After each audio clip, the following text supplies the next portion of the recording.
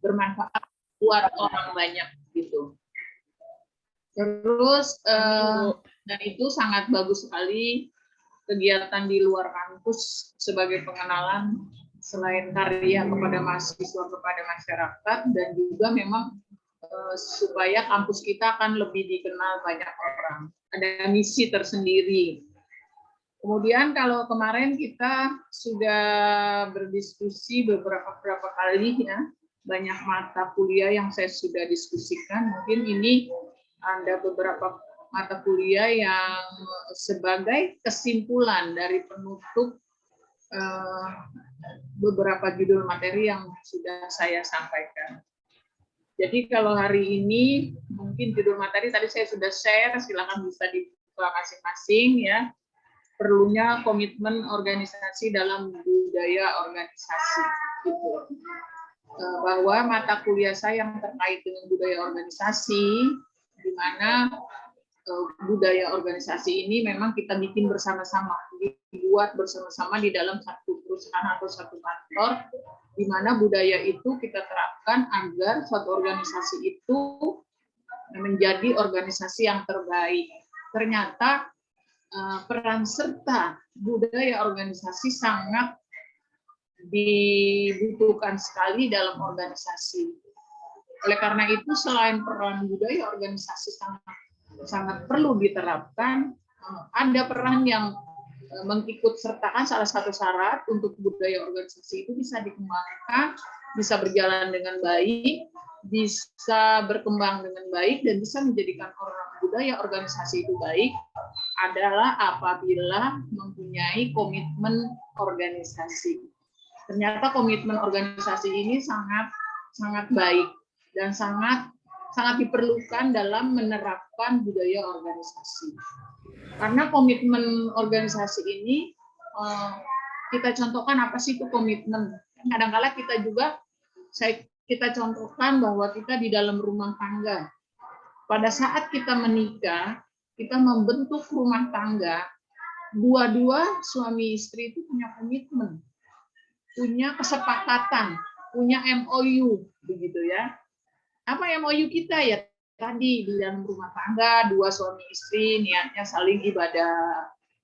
Dua-dua saling mengabdi menjadikan rumah tangga ini menjadi rumah tangga yang sakinah mawaddah warahmah. Itu keinginan kita, komitmen bersama. Tidak akan komitmen itu dibangun oleh sebelah pihak. Tentu komitmen itu dibangun oleh dua belah pihak, adanya satu perjanjian, atau kalau bahasa seledugnya bilang MOU gitu ya. Adanya satu perjanjian gitu. Nah, ini saya kembalikan, saya contohkan bahwa MOU itu atau komitmen itu yang hari ini kita esensikan dalam kegiatan budaya organisasi, bahwa suatu komitmen, satu MOU itu bukan saja hari ini kita terapkan di dalam satu budaya. Saya kembalikan kepada saat kita di dalam kandungan. Ingat Bapak Ibu usia berapa bulan Bapak Ibu diberikan ruh oleh Allah di dalam rahim ibunya. Nah, ini satu contoh bahwa di dalam kandungan seorang ibu ada yang namanya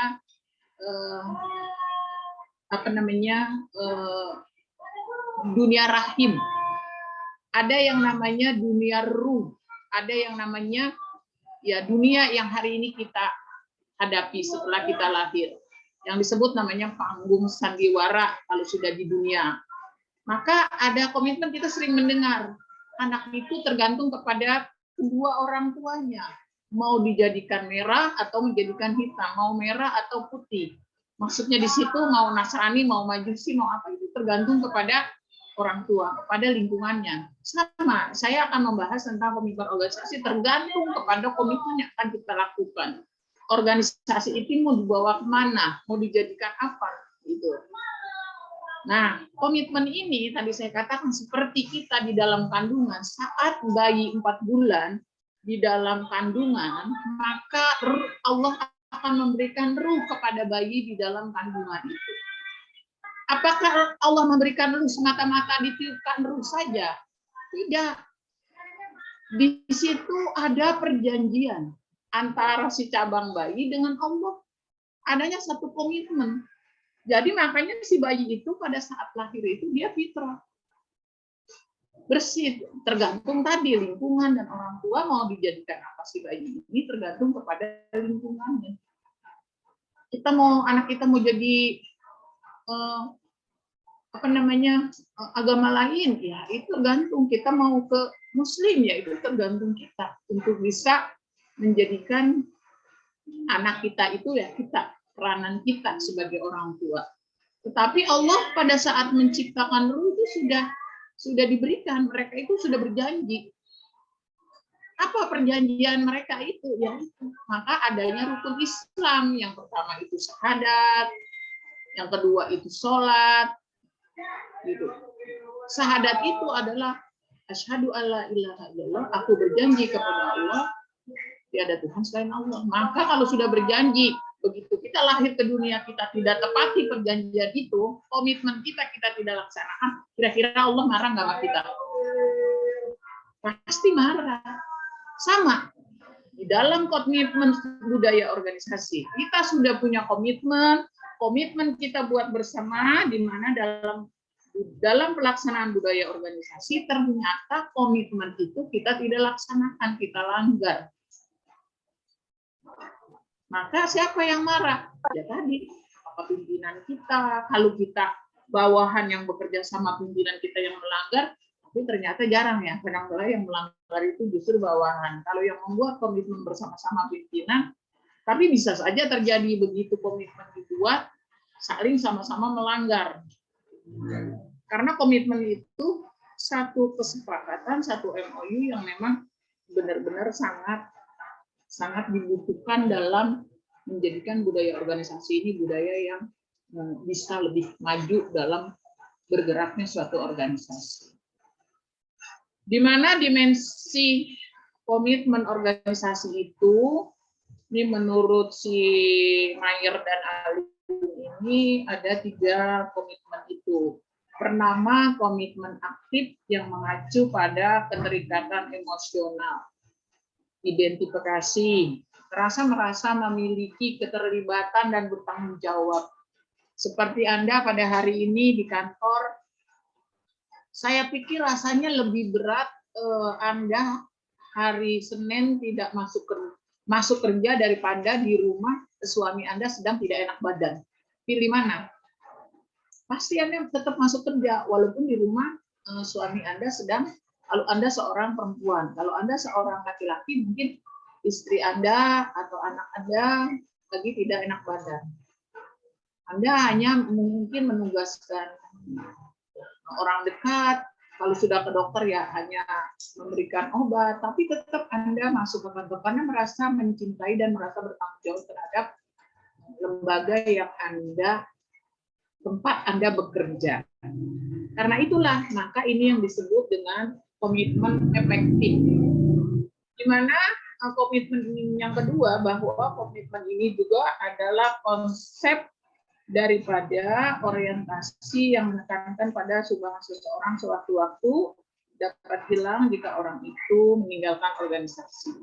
Ya kalau dia sudah keluar dalam organisasi nggak mungkin dong. Saya dulu kerja di perusahaan ini, begitu saya keluar, ya nggak mungkin saya masih mencintai organisasi itu.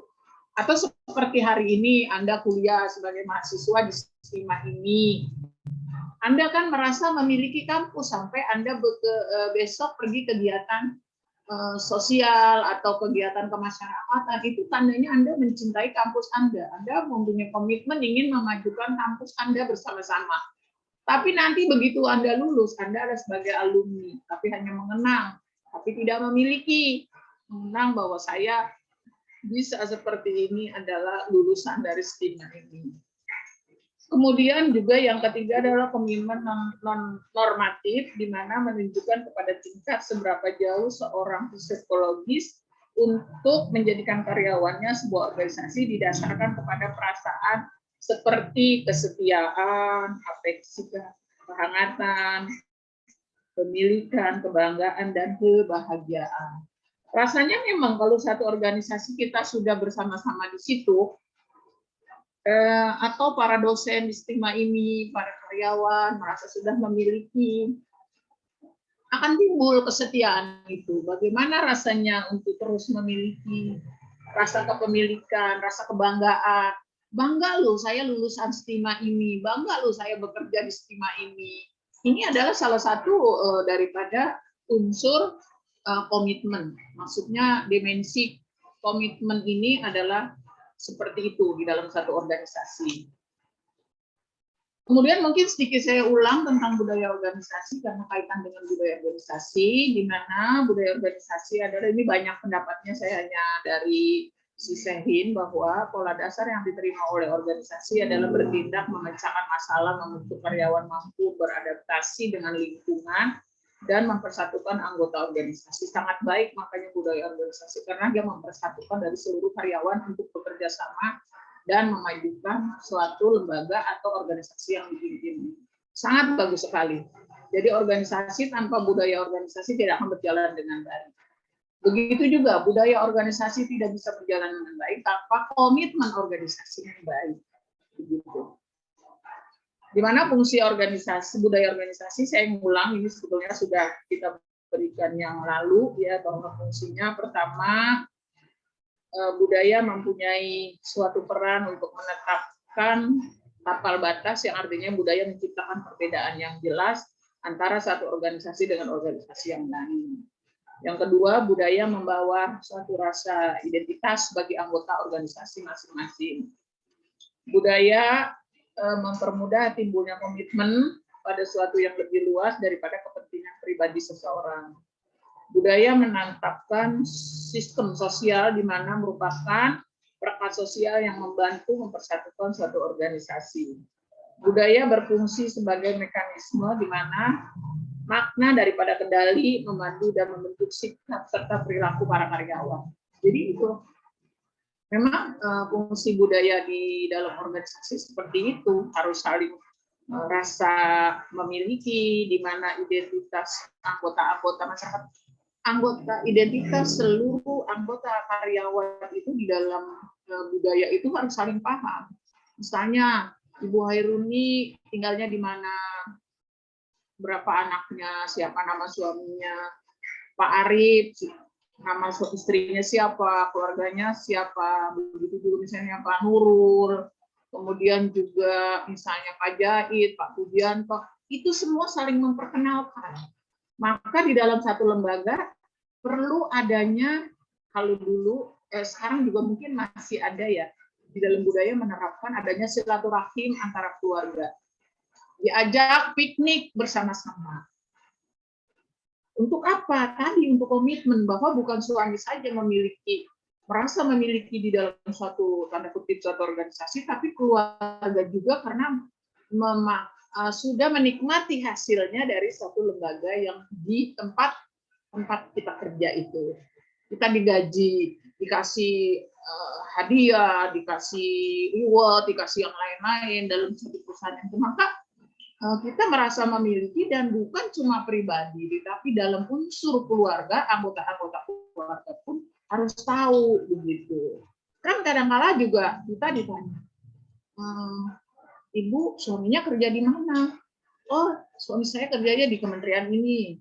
Oh, istri saya kerjanya di dinas ini, begitu. Itu salah satu menunjukkan bukan saja pihak di dalam kantor yang mempunyai komitmen untuk saling menerapkan budaya, tapi di luar dalam jalur keluarga, karena tidak saja suami istri, kadang-kala pun anak, kakak, itu pasti menjadi suatu kebanggaan bagaimana fungsi budaya itu menjadi suatu kesatuan yang tidak bisa lepas gitu. Kemudian juga apabila kita memahami betapa pentingnya komitmen itu menerapkan budaya organisasi, maka sebagai seorang karyawan harus mampu menyelesaikan satu tugas yang diberikan dalam satu hari. Jadi ada tugas-tugas yang harus kita diberikan kepada kita, harus mampu. Misalnya hari ini tugas apa yang harus kita kerjakan, tentu mempunyai komitmen. Oh iya, hari ini saya akan menyelesaikan tugas-tugas apa yang sudah menjadi PR dalam program yang kita buat bersama. Kemudian juga misalnya harus tepat waktu. Jadi kalau dikasih tugas, karena kita sudah punya komitmen dan memang kita menerapkan budaya organisasi di kantor kita sudah punya satu kesepakatan komitmen. Ini harus selesai hari ini. Kemudian harus tepat waktu. Apalagi misalnya kita harus bikin laporan yang hari itu laporannya harus diserahkan kepada direktorat lain atau kepemimpinan yang lebih tinggi. Nah, ini menjadi satu komitmen kita di mana dalam pelaksanaan pekerjaan itu memiliki tingkat akurasi, tetapi kesalahannya yang sangat minimal dalam melakukan pekerjaan karena perlunya kreatif, inovatif, dan memiliki inisiatif. Jadi nggak pakai disuruh, kata orang sini mak, jangan seperti paku, kalau nggak diketok dia nggak akan masuk begitu. Pak, ingat paku Pak ya, bahasanya gitu Pak Jahit ya, jangan paku, kalau nggak kita ketok di paku nggak akan masuk gitu. Dia berdiri aja. Maksudnya seorang yang komitmen dalam budaya organisasi tidak seperti itu, tidak seperti ilmu paku, tapi dia punya inovatif, punya kreatif, punya inisiatif, tanpa disuruh pun sudah merasa bertanggung jawab. Gitu. Intinya seperti itu. Di mana kenyataannya tidak lepas dari peran budaya organisasi bahwa komitmen organisasi yang telah ada diterapkan guna untuk meningkatkan mutu dan kualitas dalam bekerja. Budaya organisasi dan komitmen organisasi dapat diimplementasikan dengan baik agar terciptanya peningkatan pelayanan pada masyarakat. Kalau Anda bekerja untuk kepentingan masyarakat, ya tadi, untuk meningkatkan kepentingan masyarakat. Di mana sebaiknya pihak manajemen atau pimpinan hendaknya melakukan evaluasi. Ini juga perlu, kan? Biar bagaimanapun di dalam satu organisasi, fungsi daripada manajemen itu sangat perlu, ya. Tadi yang selalu saya ucapkan setiap saya ngajar, ada perencanaan, ada pengorganisasian, ada pelaksanaan, dan ada evaluasi, gitu. Nah, itu yang sangat penting juga, karena apapun pekerjaan yang kita lakukan tidak akan bisa dikatakan berhasil tanpa ada evaluasi. Nah, evaluasi itu kalau kita juga adalah introspeksi di dalam diri kita, apa yang kurang. Kita sebagai hamba Allah hari ini kita ibadah, apa yang kurangnya kita lakukan. Maka setiap sholat selalu kita membaca Al-Fatihah, tidak lepas dari ihdinas siratal mustaqim, tunjukkanlah saya jalan yang lurus. Karena selalu itu kita minta kalau kita sholat. Yang wajib saja 5 waktu kita sholat, Al-Fatihah itu kita baca, ada yang 4, ada yang 3, berarti berapa kali kita baca Al-Fatihah, belum kalau kita melaksanakan sholat sunnahnya. Berarti setiap hari kita beberapa kali memohon selalu kepada Allah untuk minta ditunjukkan jalan yang lurus. Jadi begitu komitmen bersama, di mana juga kita sebagai karyawan, sebagai seorang pimpinan juga hendaknya melakukan evaluasi di dalam keberhasilan suatu organisasi. Apalagi kalau di perusahaan-perusahaan kan memang ada seperti pengauditan gitu ya, kalau akhir bulan Desember gitu kan ya, diaudit semua data, itu salah satu. Atau kalau di pegawai negeri kan harus ada kondite gitu ya. Kalau dulu zaman saya masih jadi pegawai negeri ya, jadi berapa kondite kita itu salah satu dari hasil evaluasi kinerja kita di satu kantor atau di satu perusahaan. Di mana di dalam satu lembaga diharapkan agar meningkatkan kondisi yang telah ada, sangat perlu ditingkatkan pada aspek budaya organisasi, di mana hal dapat lebih dikembangkan seperti perlibatan karyawan, salah satunya pemberian pelatihan. Jadi karyawan juga tidak bisa disalahkan kalau dia tidak optimal kerja, tidak menimbulkan ini, tidak mempunyai jiwa inisiatif, tidak mempunyai jiwa inovatif dan kreatif, karena kita sebagai hasil evaluasi dari pimpinan di dalam atau manajemen di suatu perusahaan, kita harus melihat kurang apa nih karyawan kita. Maka sangat perlu adanya pelatihan, adanya lagi berubah lagi ditempel di depan pintu. Training, adanya diberi tambahan ilmu, kalau perlu kayak Bapak, perlu disekolahkan. Kalau perlu sekolah yang membiayain Bapak untuk bisa menambah ilmu gitu. Di sekolah dapatkan beasiswa, anak ini di kantor sangat diperlukan, dikasih ada anggaran yang memang mampu memberikan untuk beasiswa para siswanya. Itu diharapkan pula di mana toleransi terhadap saran dan kritik. Kalau jadi pimpinan juga harus menerima. Jangan jadi pimpinan kita tidak pernah mau menerima saran dan kritik. Sebab saran dan kritik itu menjadi masukan untuk bisa mengevaluasi. Jadi kita nggak boleh ego sendiri sebagai pimpinan. Wah udah nih gue yang paling benar. Oh nggak bisa. Karena apa ya? Kalau kita di dunia dengan ego kita sendiri, akhirnya kita bisa Tuhan itu bisa menjadi dua. Satu, Tuhan yang menciptakan kita yaitu Allah. Yang kedua, Tuhan yang kita ciptakan. Apa itu Tuhan yang kita ciptakan? Ya tadi ego, harta, kedudukan, apalagi ya banyak itu yang kita Tuhan yang kita ciptakan namanya. Kalau Tuhan yang menciptakan kita itu Allah cuma satu, tapi ada Tuhan yang kita ciptakan. Ego itu salah satu Tuhan yang kita ciptakan. Jadi buang hari ini rasa-rasa ego kita kalau kita mau menjadi manusia yang takwa, yang mukhlisin. Gitu. Termasuk tadi di dalam kantor, kalau Anda sebagai pimpinan yang bijak, yang demokrasi yang baik, sikap ego, sikap yang lain-lain itu sudah emosional, temperamen tinggi, itu harus sudah mulai dibuang. Karena itu tidak manfaat dan nanti efeknya pun akan menjera dan merusak diri Anda. Anda sering marah, itu cepat sekali sakit darah tinggi. Kurangi hal-hal yang seperti itu.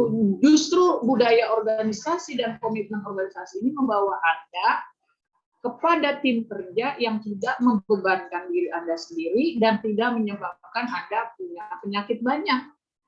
Begitu. Jadi temperamen diri Anda yang selama ini akan hilang kalau komitmen organisasi Anda kerjakan bersama-sama. Jadi masuk ke kantor tidak, bukan datang ke kantor emosi, datang marah, hal-hal seperti itu udah kelihatan. Karena apa? Itu yang kita lakukan justru akan merusak diri kita. Kita marah hari ini, kita ngomel, teriak-teriak, rusaknya sama diri sendiri. Rusaknya sama diri sendiri. Akibatnya apa tadi? Karena sering marah, sering tegang, sarafnya, udah makannya juga nggak benar, pola makannya nggak benar, gaya hidupnya juga udah nggak benar, masih perokok berat, masih minum-minum keras, masih yang lain-lain. Ini saya yakin orang yang begini hidupnya tidak akan tenang, tidak akan tenang. Coba mari bersama-sama kalau yang masih itu Anda lakukan, kita berhijrah kepada yang lebih baik hari ini. Anda bisa dipercaya sebagai pimpinan di suatu perusahaan di kantor, akan menjadilah pimpinan yang baik, menjadi pimpinan yang suri teladan seperti Rasulullah. Rasulullah contohkan ya.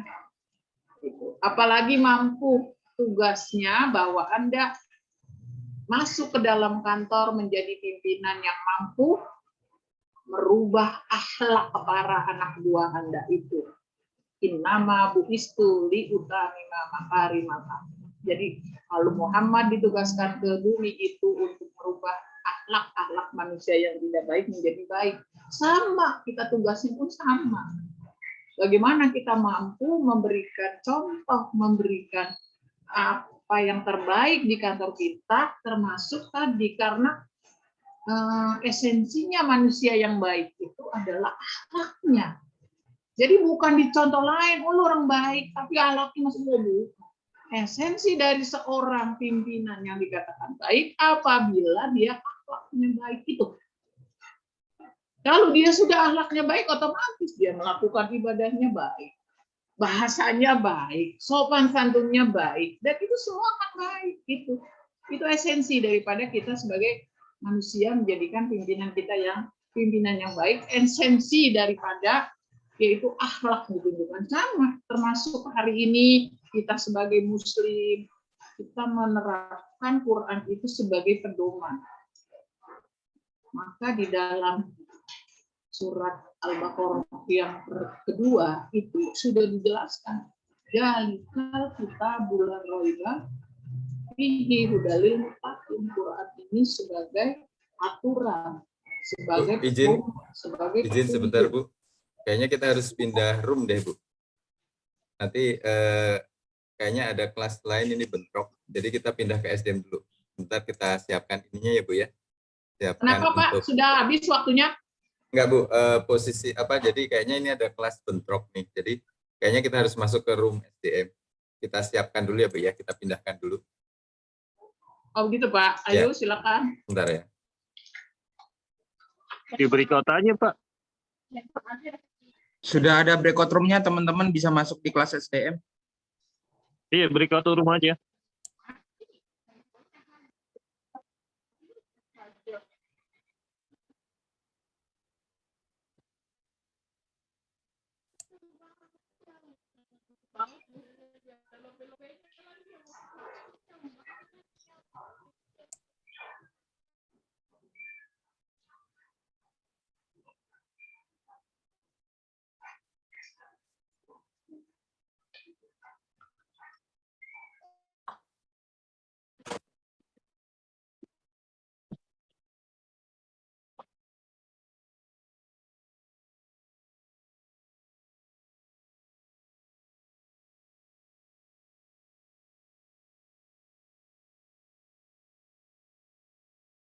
Bu Ira belum masuk ya.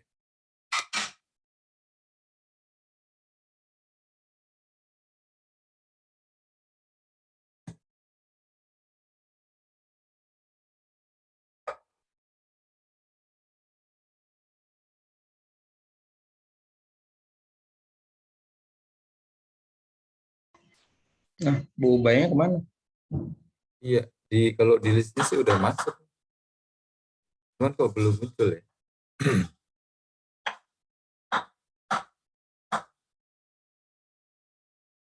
Apa dia harus approve ya, Mas, kalau kita masukin? Enggak ya? Otomatis masuk. Kayaknya sih harus pencet join gitu ya. Kalau yang Oh. kita cuma bisa nawarin. Oh iya. Ntar coba jawab dulu. Kayaknya itu Zulkifli Rangkuti itu ini ya, dosen AB2 ya. Dosen kita itu ya. Dosen SDM AB2 kan ya? Iya kayaknya.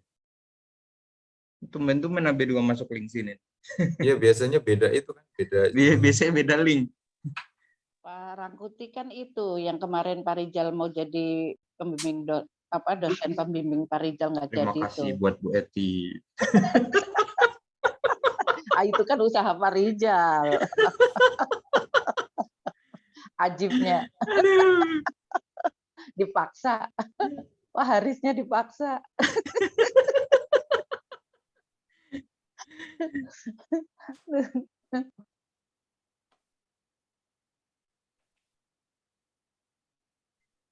Belum muncul nih Bu Ubay.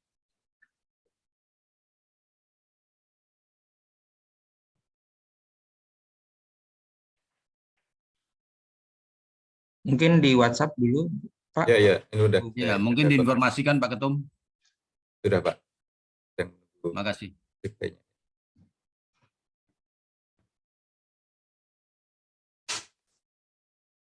Pak Puji apa kabar? Alhamdulillah sehat Bu Eti. Alhamdulillah.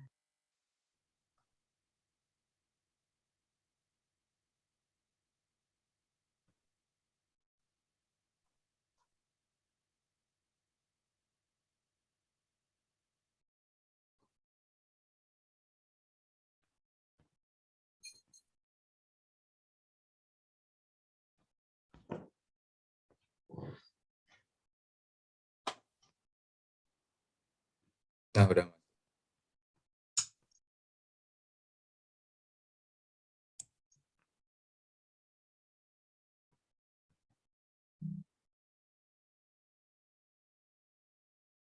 Silahkan Bu Bay, sudah masuk. Saya Pak, sudah. Ya, sudah Bu. Ya.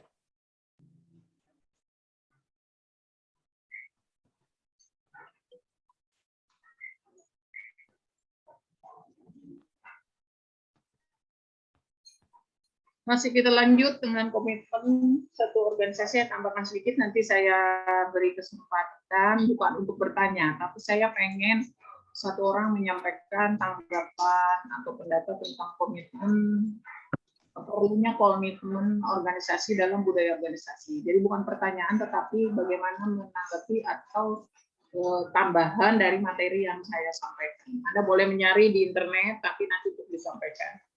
Ya, bahwa di mana di dalam komitmen satu organisasi ini menjadi tolak ukur satu hubungan yang signifikan di mana menjadikan budaya organisasi ini sangat berperan sebagai salah satu pemicu tumbuhnya komitmen yang sangat kuat.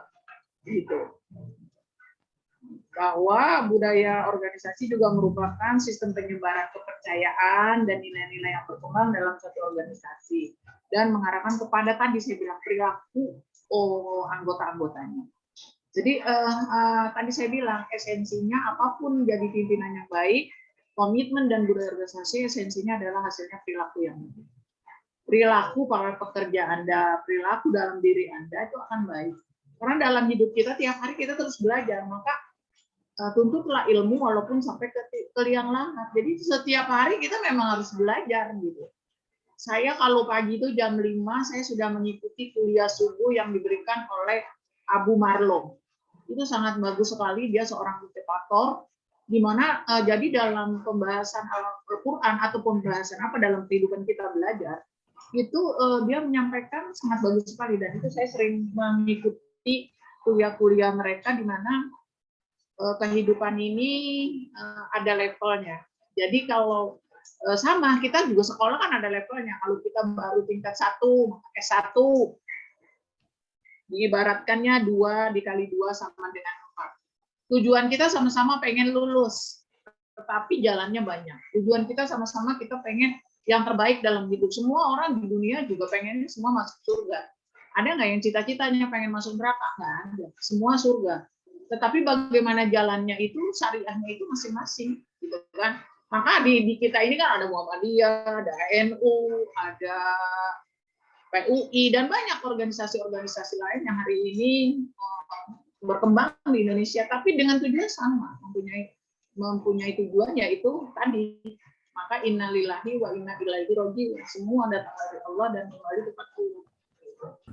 Jadi ada level-levelnya bahwa kalau 2 dikali 2 sama dengan 4. Sedangkan akar dari 16 juga hasilnya 4. Itu sudah level kedua. Ada level yang ketiga, log dari 10.000 juga hasilnya 4. Dengan hasil yang sama, tapi jalan-jalan yang diterapkan level-level yang berbeda. Gitu. Jadi kalau dua hasilnya 4, kalau kita belajar Quran, kerja kita baru cuma di tadarus Quran. Baca Quran doang, baca Quran, arti Quran. Tapi kita tidak pernah tahu makna dari Quran itu. Itu namanya levelnya 2 kali 2 sampai 4. Di situ-situ juga. Kalau sudah akar 16 menjadi 4, maka Quran itu tidak tadaruskan lagi. Namanya tadabur. Kalau sudah tadabur itu, bagaimana kita mengimplementasikan Quran ini dengan kenyataan hidup kita. Quran ini kita implementasikan dengan ayat-ayat yang lain.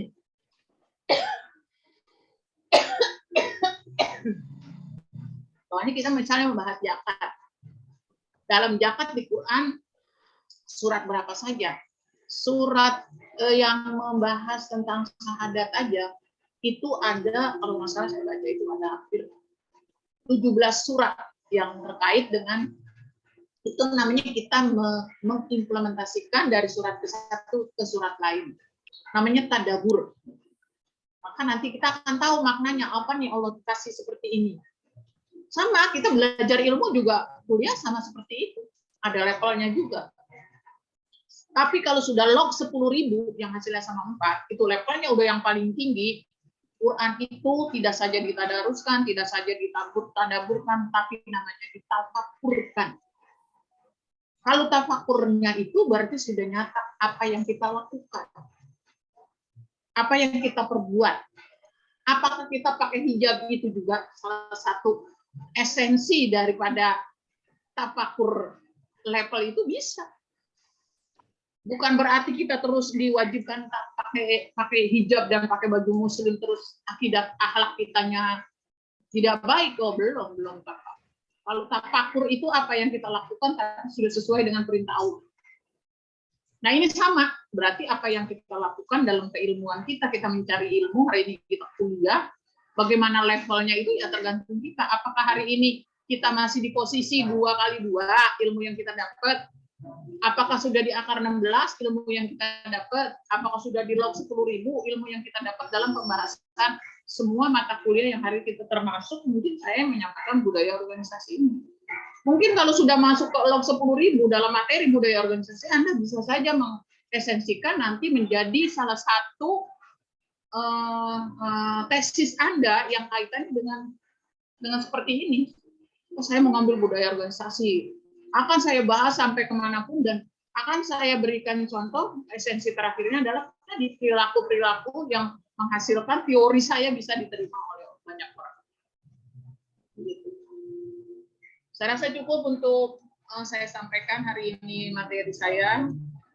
Mudah-mudahan menjadi sumber inspirasi, sumber motivasi kepada Bapak Ibu yang hari ini mengikuti kuliah.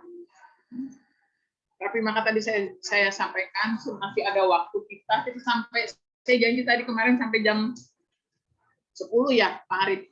Masih ada waktu 1 jam. Ya Bu. Hari ini juga sebenarnya di jam 9:30 di ponakan menikah dapat tugas menjadi saksi pernikahan saya dengan suami. Wah, harus siap-siap dong Bu.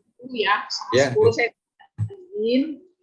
Jadi nanti supaya setengah jam ini biar bisa ada cukup waktu juga Ibu ya. Kita manfaatkan untuk tadi memberikan satu tanggapan atau satu masukan atau Anda menyampaikan pendapat Anda. Silakan siapa dulu yang angkat tangan? Saya catat masukannya. Menambahkan sedikit mungkin Bu, izin Arif Bu. Boleh. Satu Pak Arif ya. Ya, kalau menurut saya ya Bu ya, komitmen organisasi itu kenapa penting banget di dalam budaya organisasi. Bagi institusi itu komitmen sangat diperlukan dalam menjamin keberlangsungan dan kemajuan institusi menurut saya Bu ya. Karena komitmen itu meningkatkan daya saing organisasi dan komitmen para anggota itu bukan hanya ini ya Bu ya, bukan hanya sekedar intelektualitas dan profesionalitas dari si karyawan tersebut, tetapi juga komitmen itu justru menurut saya menjadi poin penting di dalam keberlangsungan organisasi. Dalam hal ini sebagai elemen penting dari budaya organisasi ya. Dan kenapa penting? Karena itu merupakan menunjukkan dari apa ya, harga atau value dari si karyawan tersebut yang harus harus sudah menjadi bagian yang mengendap di dalam diri si karyawan tersebut. Jadi antara kombinasi antara profesionalitas dan komitmen terhadap organisasi itu yang menjadi kekuatan dari sebuah organisasi. Itu Bu, mungkin sedikit yang bisa saya tambahkan. Ya, bagus Pak Arif. Tambahannya memang sangat diperlukan itu. Jadi tadi kan saya bilang komitmen itu sangat mendukung kalau semua pihak juga bekerja sama dalam satu tujuan ya. Silakan yang lain. Pak Puji, mau nambah. Pak Jahid, Pak Rijal, Pak Nurul, ayo silakan. Yang muncul baik Ibu, izin terkait ke perlu komitmen organisasi memang sangat dibutuhkan, baik itu organisasi pemerintah maupun swasta, bahkan di organisasi yang lain. Cuma kami yang belum memahami tadi Bu, di tempat kita ini kan rata-rata identitas politik atau politik identitas. Terkait budaya identitas ini Bu, yang kami masih ngambang tadi Bu. Mohon ini Bu, mohon pencerahan Bu, arahan Bu. Bagaimana tadi? Coba yang masih kurang jelas apa? Terkait budaya identitas tadi Bu. Oh, budaya identitas. Nah, kami masih merabanya seperti apa gitu Bu. Karena kan kalau budaya politik kan rata-rata sudah banyak yang memahami dan mengerti. Terkait dengan budaya identitas ini Bu, mohon pencerahannya Bu. Untuk pendalaman materi Bu. Iya. Jadi kalau Pak Budi mah minta pencerahan bahwa budaya dalam sebuah organisasi itu kan tadi kan sebenarnya komitmennya dimensinya itu ada 4 ya Pak ya. Iya Bu. komitmen efektif ya, di mana ada komitmen yang berkaitan dengan konsep, ada komitmen normatif gitu ya. Terus yang keempatnya adalah komitmen di mana sebetulnya kalau budaya organisasi dengan komitmen identifikasi, maksudnya seperti itu ya Pak ya. Betul, Bu. Bahwa komitmen identifikasi itu kan di mana menerapkan identitas seseorang ya, identitas satu lembaga. Oh. Identitas satu lembaga, identitas satu organisasi gitu ya. Jadi komitmen identitas satu organisasi bagaimana bisa menjadikan komitmen ini bisa bersama-sama dalam jadi identitas satu lembaga itu, lembaga yang Bapak misalnya Bapak di kementerian ya, Bapak di Kementerian Pertahanan, di mana komitmen identitas di situ sangat diperlukan.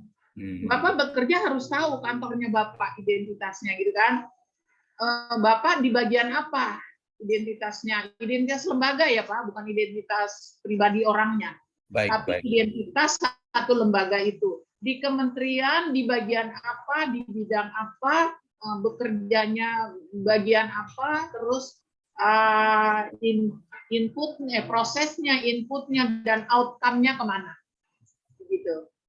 Jadi sama, kita kan juga kan coba identitasnya Pak Budi, namanya, nomor KTP-nya, nick-nya, anaknya, alamatnya, sama. Di kantor pun komitmen satu identitas, komitmen bersama di mana Bapak harus menjaga komitmen di dalam satu lembaga organisasi itu. Maksudnya tadi saya katakan di bidang apa, terus di bagian apa.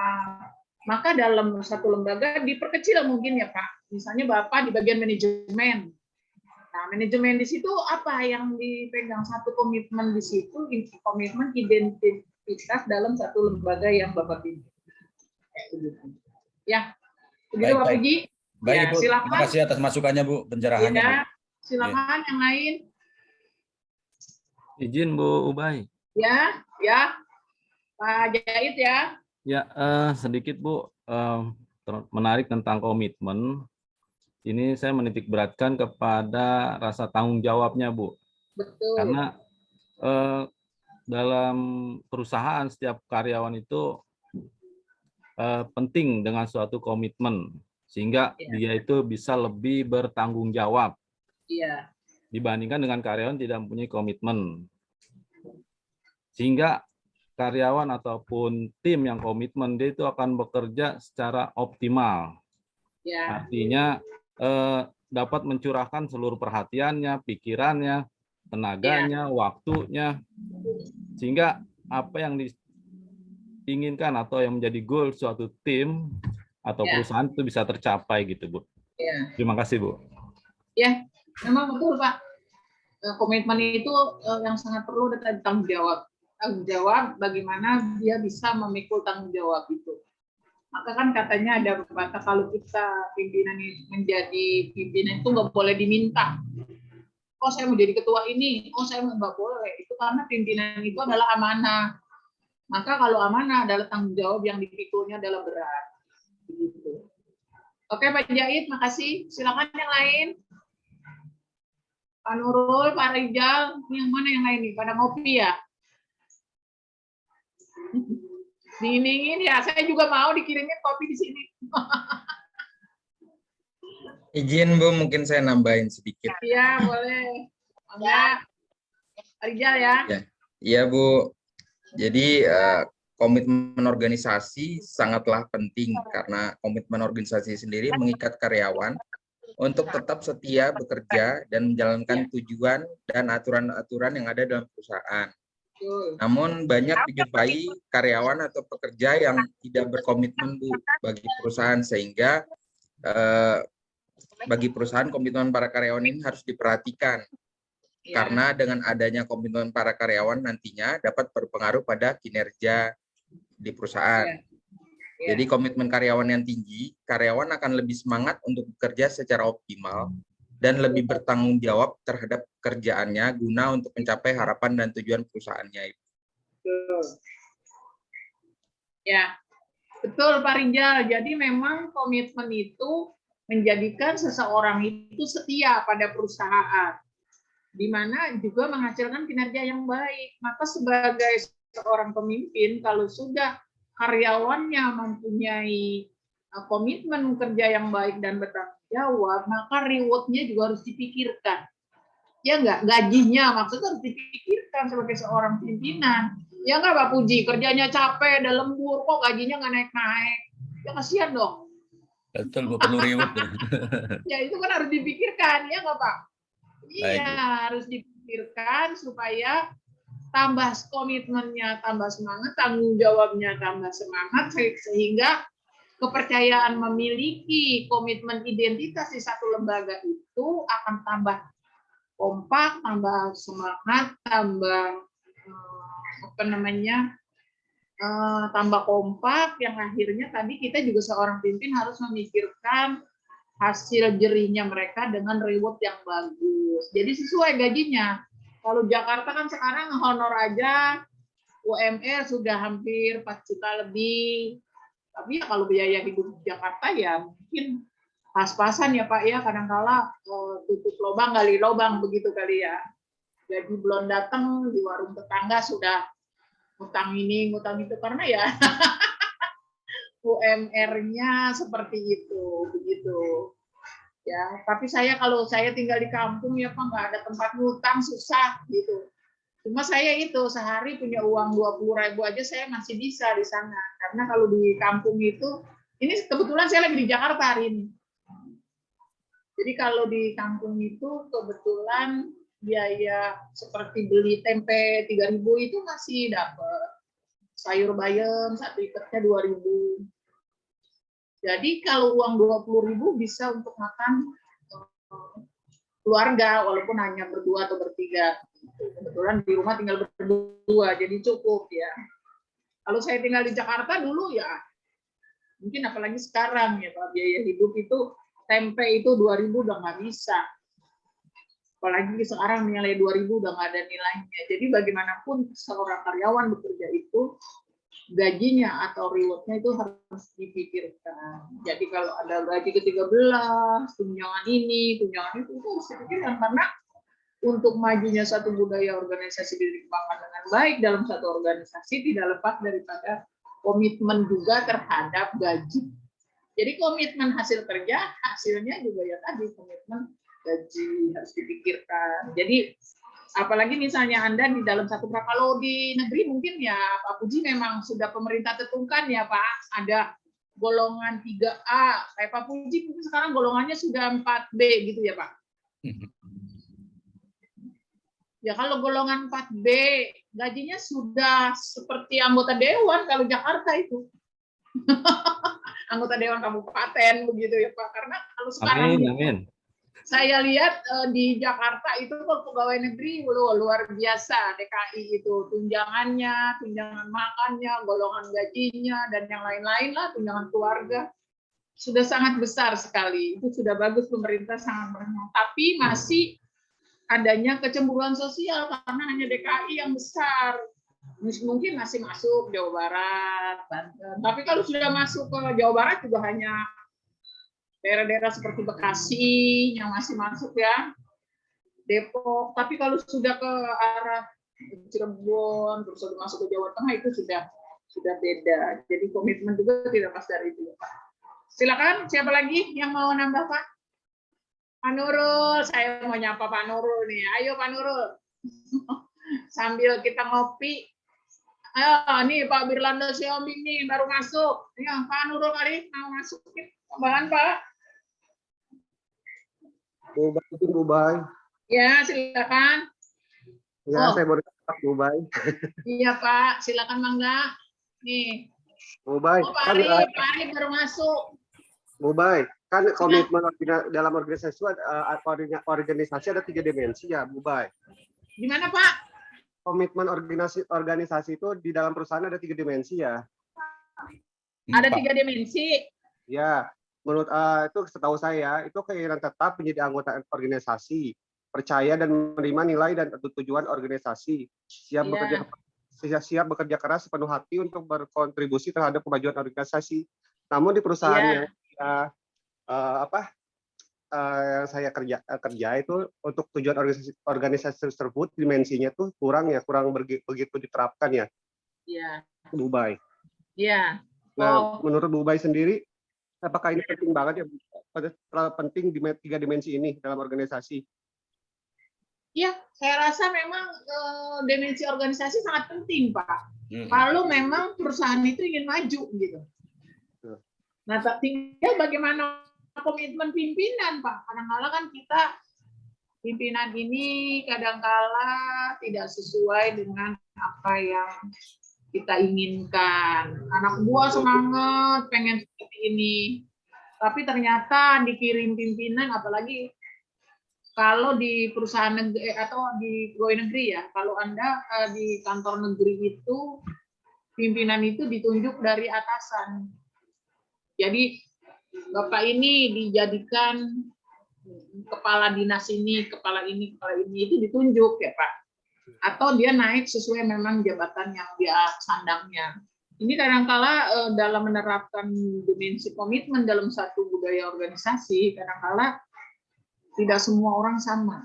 Tapi sebenarnya pada intinya tujuannya sama. Mereka juga ingin saat dia mimpin, dia mempunyai kesuksesan di lembaga yang dia pimpin. Gitu. Tujuannya mungkin dengan sistem yang berbeda gitu.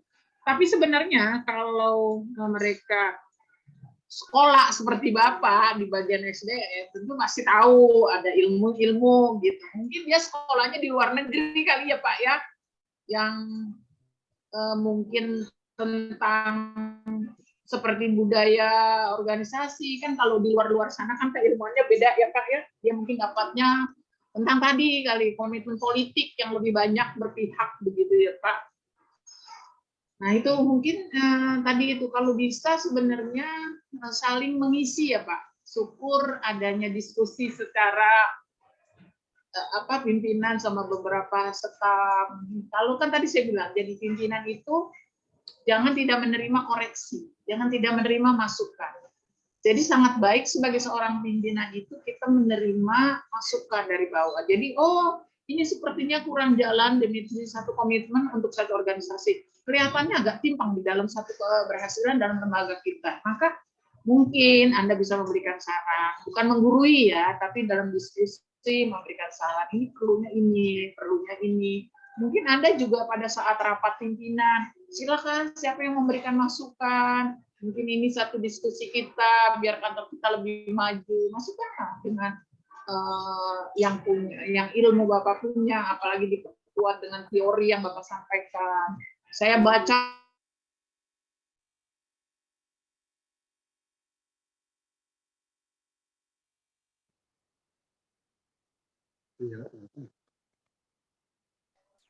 Bu Bay, putus Bu. Putus ya. ya. Ya aku nggak ada suara nih. Iya Bu Baynya putus. Putus suaranya, gambarnya juga berhenti. Freeze.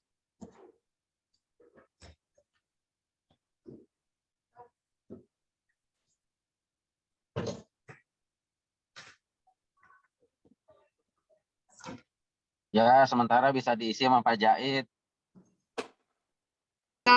tidak akan bisa berjalan. Itu sangat perlu kita terapkan. Apapun yang kita dapetin itu harus kita terapkan. Itu ya, maksudnya tadi Pak Aris ya, Pak Asep kan?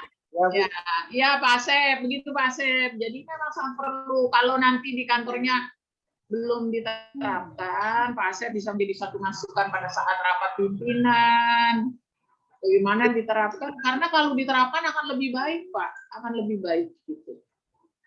Ya. Ya. Silakan, siapa lagi?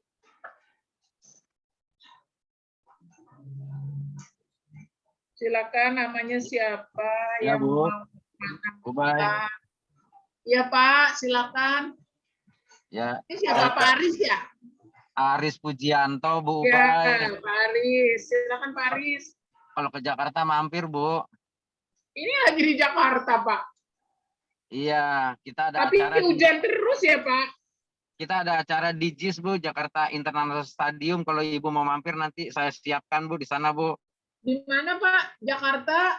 Jakarta International Stadium, Bu, JIS, yang ada di Jakarta Utara, Bu. Yang baru jadi, Bu. Yang baru jadi, Bu, kayak stadion bola itu, Bu. Yang gede banget. Yuk kita kesana Kemayoran. yuk. Oh, Ciledug Kalau bukan mau, sih? kalau mau datang sana silakan, Bu. Kita punya acara namanya kegiatannya Jakarta Menyapa, Bu. Wala bagus Mantap, Pak Aris. sekali. Bu, baik. Jakarta Izin, Utara Bu. ya Pak? Ya, izin, Bu. Pak. Terkait dengan apa tadi, Bu? Budaya komitmen ya, Bu, ya. Ya, komitmen budaya. Komitmen budaya, Bu, izin. Aduh, putus-putus kalau di jalannya kami, Pak, Bu, sinyalnya. izin, Bu, kalau di kami, Bu, di Pemprov DKI, Bu. Jadi terkait dengan Ya. komitmen organisasi itu, Bu, dibungkus di dalam suatu itu, Bu, dibungkus dalam suatu apa ya namanya ya, Renstra namanya, Bu, Rencana Strategi Daerah. Ya, itu ya komitmen pimpinan, Bu, itu secara hierarki, Bu, turun sampai ke bawah, Bu, itu dinamakan itu Renkin, Bu, rencana kinerja, Bu. Kalau dijatuhkan di masing-masing individu. Nah, itulah yang menjadi komitmen organisasi kita, Bu, turun-menurun secara hierarki, Bu, sampai ke katakanlah sampai kepada mulai dari eselon 2 sampai ke staf gitu, Bu. Nah, itu tidak boleh tidak, dan itu harus dijalankan, Bu. Ya. Itu bagus Pak Aris. Ya. Bagaimanapun dikemasnya, yang penting dimensi-dimensi komitmen itu bisa diterapkan. Bisa saja melalui program-program memang yang sudah dibuat. Kalau DKI kan memang salah satu provinsi yang memang menjadi contoh ya dari provinsi-provinsi yang lain, karena dia adanya di ibu kota ya. Kalau DKI saja tidak menyontohkan yang baik, ya bagaimana provinsi yang lain yang gitu ya. DKI memang harus selalu. Maka kalau gubernur DKI juga mencari memang gubernur yang mampu dan memahami tentang kota Jakarta. Jadi jangan sekali-sekali nanti Anda sebagai masyarakat DKI memilih pemimpin Anda yang tidak paham tentang wilayah Anda. Jadi kita harus paham yang wilayahnya, karena tadi budaya di dalam satu daerah itu akan beda. Nah, hari ini juga begitu. Jadi sangat bagus sekali dimensi komitmen itu diterapkan di dalam program kerja atau rencana kerja. Tinggal saja bagaimana rencana kerja dan program kerja itu bisa berjalan dengan baik. Itu Pak Aris ya. Betul, Bu. Ya. Oke. Saya rasa cukup ya Pak. Nanti Izin, Bu. sambung lagi. Izin, Berarti Bu. minggu depan saya tidak bisa ngisi kuliah karena Bapak Ibu ada kunjungan ke masyarakat ya. Kuliah di masyarakat itu sangat baik. Jadi mungkin kita ketemu lagi kalau pekan depan belum ada UAS, masih ada kuliah lagi atau tetap muka lagi. Untuk hari ini saya cukupkan. Sekali lagi saya mohon maaf kalau ada hal-hal yang kurang berkenan di hati Bapak Ibu. Mudah-mudahan yang saya sampaikan dengan rasa ikhlas saya kepada Bapak Ibu menjadi ilmu yang berguna dunia akhirat. Jadi saya nggak mendoakan ilmu yang saya sampaikan bukan saja di dunia tapi juga di akhirat. Begitu. Amin. Amin. Kita tutup bersama-sama dengan membaca Alhamdulillah. Izin foto sebentar ya, Bu ya. Ya, boleh. Baik. Teman-teman mau di-on-kan kameranya? Ya, saya hitung 1, 2, 3. Tunggu sebentar, sekali lagi ya. Oke, 1, 2, 3. Baik, Ibu. Sudah, terima kasih, Bapak. Ya, Pak. Ya, Bu. Oke. Terima kasih banyak, Ibu. Iya, Pak. Maaf Bu Boy, berarti Sabtu di tanggal 23 Ibu nggak ada Zoom ya Bu buat kami? Iya, nggak ada Zoom. Saya izin aja nggak bisa hadir, Bu ya. Oke, siap. Baik, Ya, Bu. saya salam buat semua ya. Oke, Ya, Bu. Sukses Terima kasih, Bu. acaranya. Amin. Terima kasih Bu. Bu, kami ngadain Waalaikumsalam acara. warahmatullahi Terima kasih, Bu. Iya. Terima kasih, Bu. Bye. Waalaikumsalam. Terima kasih, Bu. Bye. Halo, berarti struktur apa acaranya dirubah ya, Mami? Siapa? Pak Puji, mungkin nanti bisa baca slide presentasi untuk itu bisa 2 grup ini. Karena Pak Bambang juga waktu dibilang cuma 1 presentasi dia kayak kecewa gitu gesturnya. Kalau nggak ada Bu Ubay berarti bisa 2 grup atau 3-tiganya baca slide sebentar aja. Gitu aja kali ya. Pak Arif, gimana Pak Arif? Iya Bu, Ada nggak apa-apa. sesi tanya Siap aja jawab nggak, Bu? presentasi 3-tiganya gitu. Kalau soal tanya jawab nanti bisa di ini Bu, bisa kita sesuaikan dengan Pak dosen nanti. Iya. Tapi Soalnya siap Bu aja Ubaynya udah semuanya enggak siap nih. untuk presentasi. Ya. Oke. Ya. Lebih Ya, aman berarti- begitu ya. Ya, berarti aku ganti. Soalnya kemarin aku tanya untuk 1 aja, Pak Bambang gesturnya kayak kok gue yang ngadain acara, gue cuma dikasih space sedikit nih gitu kayaknya kemarin. Terus aku bilang aku koordinasi dulu untuk Bu Ubay. Kalau Bu Ubay nggak ada, kita bisa extend lama Pak. Aku gituin. Terus dia mulai berubah lagi face-nya. Oh ya udah diatur aja Bu Runi gitu terakhirnya. Oke, Ya. semangat ya. Terima kasih atas Yuk. bantuannya. Mantap. Istirahat teman-teman. Baru nih. Ya. Yuk. Ya, Mami. Cepat Dadah, Iya. Assalamualaikum. sembuh. Waalaikumsalam Mbak Runi. warahmatullahi wabarakatuh.